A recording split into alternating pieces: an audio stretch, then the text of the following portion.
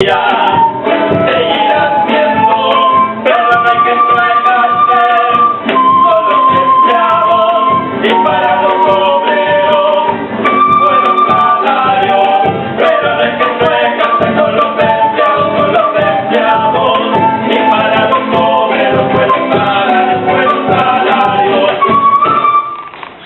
Bien.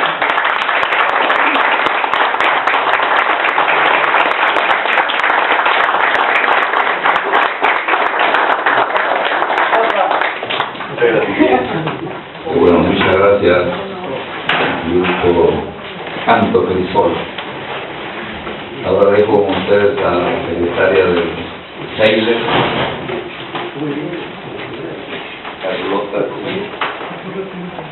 Sí. Buenas tardes, compañeros, compañeras, amigos y amigas. Continuamos hoy con este panel que el Centro de Extensión e Investigación Luis Emilio Recabarren, CEILE, ha realizado en el marco de los 40 años del golpe fascista y que dieron inicio en el día de ayer. Hoy contaremos con las exposiciones de dos importantes invitados: el ex capitán de la Fuerza Aérea y ex subsecretario de Aviación en el gobierno de Michelle Bachelet, don Raúl Vergara, quien nos introducirá en el tema Los soldados patriotas frente al golpe de Estado de 1973.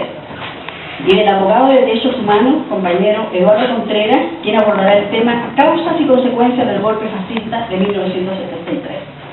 Le damos la más cordial bienvenida a nuestros panelistas y a todos ustedes, y entramos de lleno a los temas que hoy nos convocan.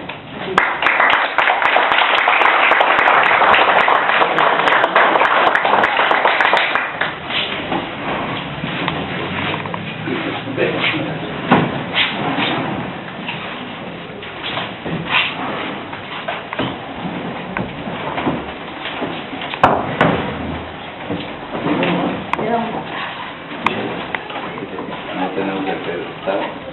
Hay que pagar.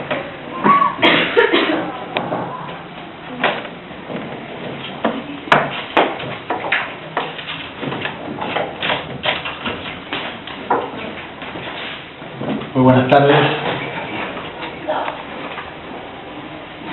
Agradezco la gentil invitación del Centro de Extensión e Investigación Luis Emilio Recabarren para participar en este importante foro con el que rememoramos los 40 años, el 40 aniversario del golpe militar que cegó las esperanzas de un pueblo movilizado.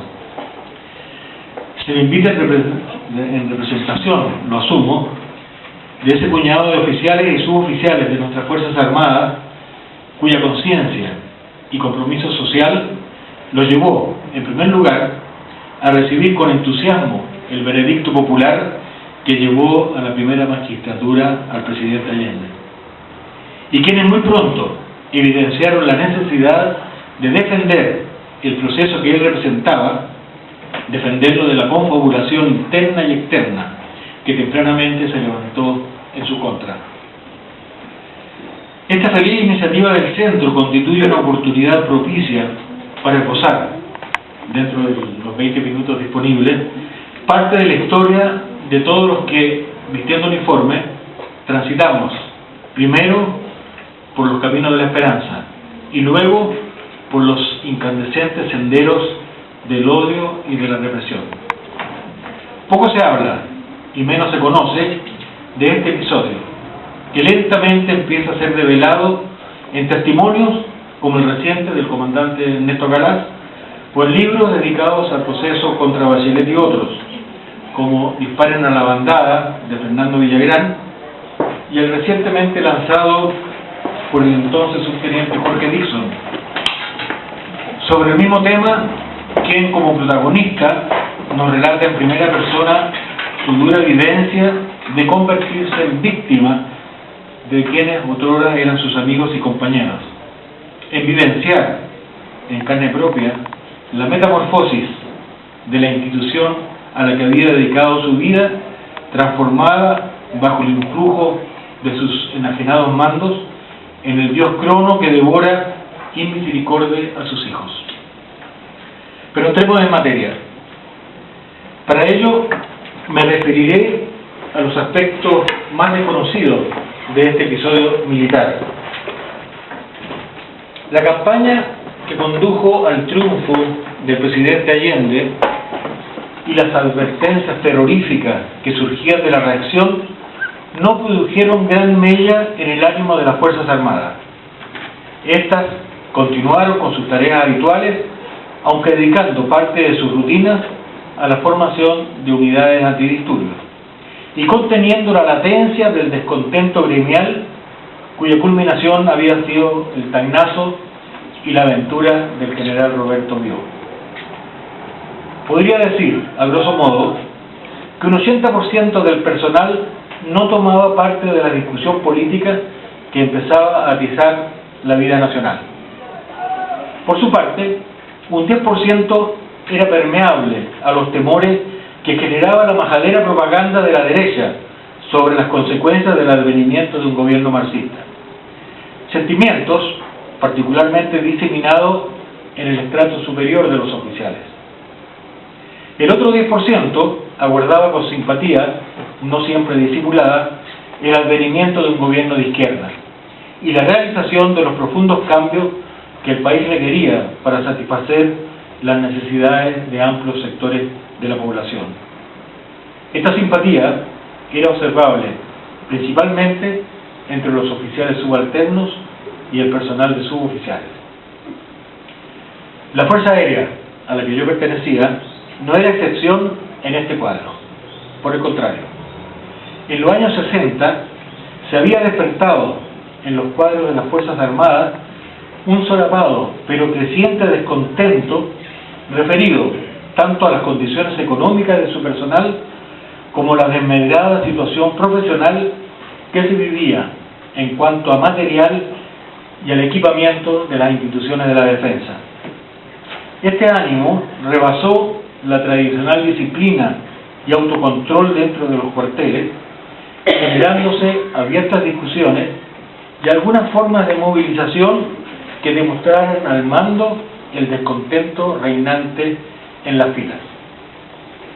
Esta agitación de corte netamente gremialista permitió la identificación de liderazgos y la formación de un grupo de oficiales subalternos muy cohesionados, organizados inicialmente en torno a la lucha por las reivindicaciones del personal.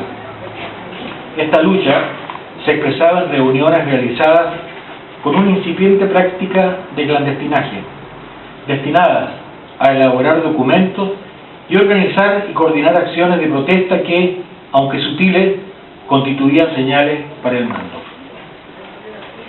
La elección del presidente Allende radicalizó a este grupo, que asume una estructura compartimentada, incorpora a suboficiales a su orgánica y se apresta a ganar la masa militar indecisa para el proyecto revolucionario encabezado por el gobierno popular.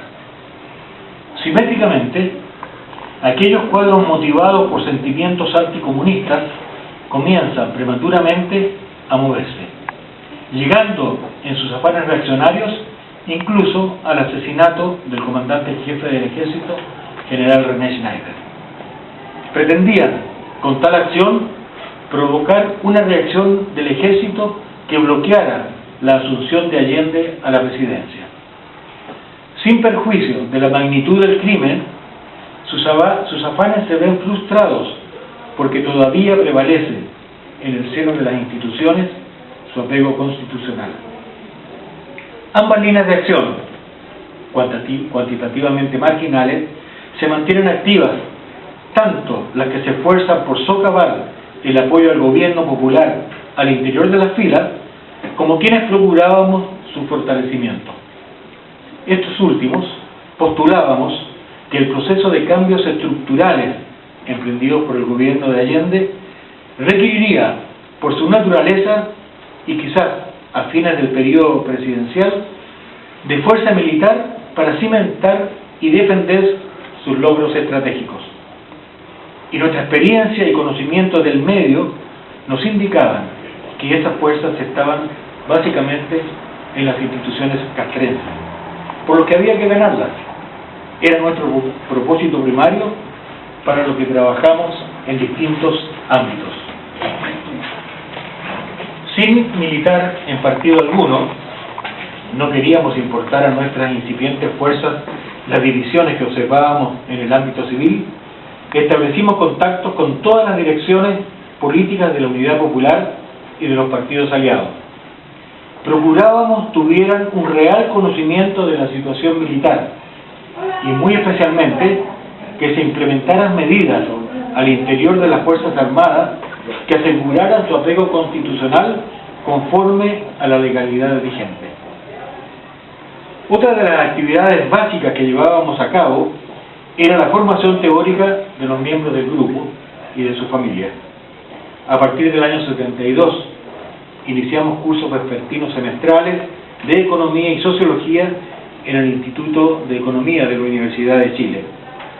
La seriedad y calidad de las clases nos permitió invitar también a oficiales que, sin adherir necesariamente a los postulados del grupo, tenían inquietudes intelectuales.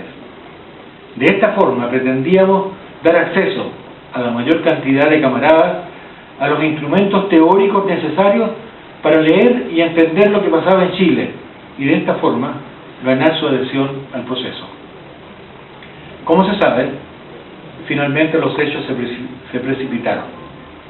La agresiva oposición interna y externa al gobierno popular, que deriva en el deterioro de las condiciones económicas del país con el desabastecimiento como ariete, va enajenando paulatinamente la voluntad de las Fuerzas Armadas, en cuyo seno el grupito sedicioso, con apoyo de la CIA y con fuertes vínculos con sectores golpistas civiles, empieza a minar la lealtad de los mandos hasta hacerlos finalmente ceder a la tentación golpista. Y el golpe hace que estos dos grupos se encuentren frente a frente, unos como prisioneros y los otros como sus verdugos, porque la represión se monta inicialmente con aquellos incondicionales a los mandos reaccionarios, cuya lealtad venía poniéndose a prueba con mucha anticipación, y quienes expresaban un anticomunismo visceral. Pero lo anterior no basta para explicar la irracional conducta represiva contra la población y en particular contra los propios cuadros disidentes. Ciertamente, para entrar a explicar conductas humanas tan extremas, habría que recurrir a unas cuantas disciplinas vinculadas al alma y a la mente humana. Sin perjuicio de las varias causas detrás del golpe, todas muy expuestas en estas fechas, y seguramente explayadas por nuestro camarada Contreras, permítanme hacer una aproximación al tema desde un ángulo puramente militar. Avanzado el 73 y en pleno apogeo de la ofensiva reaccionaria y de las manifestaciones populares cotidianas, la coincidencia de la necesidad de una intervención militar había ganado cuerpo en los altos mandos. Sin embargo, esta coincidencia no tenía una correspondencia unitaria en cuanto al cómo, al para qué y al con quiénes.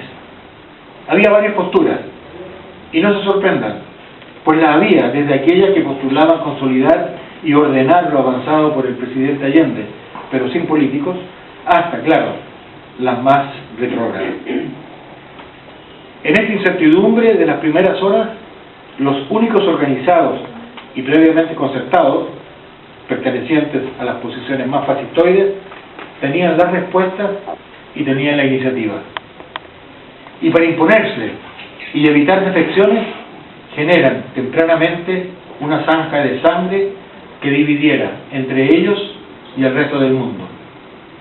Sin espacio para disidencias, la unidad surge de la complicidad, voluntaria u obligada. En cuanto a la Fuerza Aérea, juegan otros factores concomitantes que explican en parte su comportamiento. Siendo la menor de las instituciones, tanto en fuerza como en precedencia, debía ganar espacio de poder en base a la audacia y al rigor. Súmese a ello la discutida asunción a la comandancia en jefe del general Lee, quien reemplazó, contra la voluntad del cuerpo de oficiales, al destituido general Ruiz. Él personalmente, el general Lee, debía también ganar legitimidad ante los suyos, y lo hace en base a la dureza y a la desconsideración. Agréguese a lo anterior la dicotomía desinformación-inseguridad. Inseguridad de lo que las Fuerzas Armadas podían tener al frente. La encendida verda de la izquierda extra unidad popular y sus sueños militares descolocaban hasta los propios servicios de inteligencia, que aunque constataban que nada militarmente amenazante existía al otro lado de la barricada, sin embargo, los desenfadados desafíos de algunos dirigentes los hacían dudar. De allí que desde el primer momento había que golpear y desbaratar al mítico aparato militar revolucionario. De allí su obsesión por encontrar las armas. Una clave más. Personalmente, creo que la motivación última del golpe en las Fuerzas Armadas no fue ni la amenaza a las estructuras económicas y a la propiedad, ni las otras medidas revolucionarias del gobierno de Allende. No. Lo que los lleva, en última instancia, a la aventura golpista es salvaguardar la integridad de las instituciones. Es la defensa de sus intereses corporativos ante las amenazas de la creación de milicias populares o de un ejército popular que fuera en su reemplazo.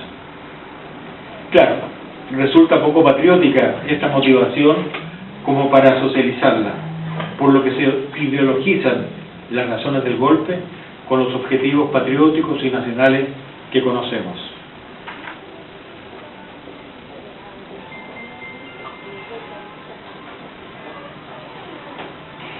Una expresión muy clara de esta sensibilidad corporativa la encontramos en la Fuerza Aérea. Como algunos de ustedes sabrán, el juicio al que fuimos sometidos hace gala y se centra en acusarnos de traidores a la patria, en un contexto donde tal delito carece absolutamente de fundamento alguno. Lo que querían decir, y sentían profundamente, es que éramos traidores a la institución, que estábamos dispuestos a disolverla en la nueva forma que proclamaban los líderes extremistas. Y clara señal de ello era la incorporación de suboficiales a nuestra organización en igualdad de condiciones, primer asomo de ruptura estamentaria. La conmoción nacional y sobre todo internacional que causa el tan bullado como disparatado juicio llevado a cabo por la Fuerza Aérea, que culmina con 4 sentencias a muerte, desalienta a las otras instituciones, las que tras breve tiempo de prisión da simplemente de baja a los oficiales y suboficiales antigolpistas. De las muchas lecciones que la traumática experiencia del golpe militar nos entrega, se desprenden algunas que es preciso considerar, partiendo de la base que la defensa constituye una función esencial y permanente del Estado, y en la cual las Fuerzas Armadas constituyen sus órganos permanentes y lo seguirán siendo por lo menos hasta donde nuestro horizonte histórico nos permite otear. En primer lugar, la necesidad de que el mundo civil y muy particularmente el político conozca objetiva y profundamente el mundo militar. Esta grave falencia, que persiste en diferentes grados hasta ahora, impide tanto una desprejuiciada relación e integración entre estos dos mundos, el civil y el militar, como debilita el efectivo ejercicio de dirección y control de las autoridades políticas sobre el sector Fuerzas Armadas. Con el retorno de la democracia, y en particular a partir del segundo decenio de este siglo, se constata un mayor acercamiento y confianza entre la clase política y la institución militar. Sin perjuicio de los progresos logrados, las Fuerzas Armadas detentan todavía importantes grados de autonomía, en parte como un remanente histórico y en buena medida por la obsecuencia de las autoridades políticas hacia ellas. Esto ha derivado, entre otras distorsiones, en una sobredimensión de las fuerzas, en la disposición privilegiada de recursos, le hace ley del cobre, en el sometimiento de los esfuerzos modernizadores a sus intereses corporativos. Ejemplo de ello es la reforma orgánica de la defensa y la institución de un jefe de Estado Mayor conjunto subordinado, lo cual lo hace absolutamente inviable. Autonomía operacional de sus instituciones, de la Fuerza Aérea, Ejército, Armada, por mencionar algunos elementos deficitarios del sector que es necesario enfrentar. No olvidemos que la política de defensa, rectora de la forma y actuar de las Fuerzas Armadas, en su carácter de política de Estado, debe expresar el consenso político sobre la materia, al establecer el uso coordinado de los recursos del país para enfrentar con éxito amenazas y o agresiones externas a través de los mecanismos de la movilización nacional.